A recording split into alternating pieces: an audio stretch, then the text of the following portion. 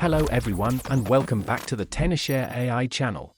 Yesterday, Mikhail Palahin, CEO of Microsoft Advertising, posted on social media platform X that after a series of work, the GPT-4 Turbo model now replaces the GPT-4 model in Copilot's free package. This upgrade certainly takes Copilot to the next level. What? You still don't know what Copilot is?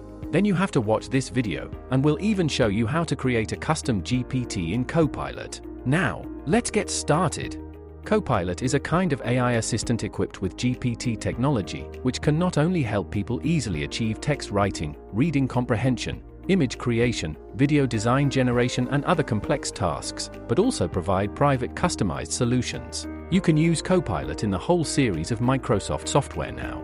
What changes will GPT-4 Turbo bring to Copilot?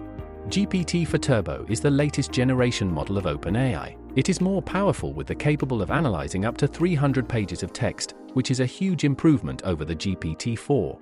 This also means that Copilot has entered a whole new level of functionality. And even better, Copilot supports to build your one custom chatbot. It doesn't require any coding or technical knowledge.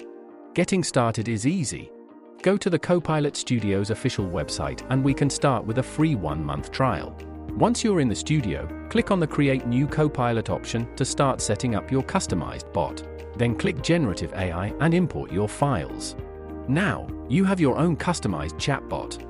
If you have higher requirements for your chatbot, then you can check out the complete list of tips provided by Microsoft for creating a high-quality Copilot GPT.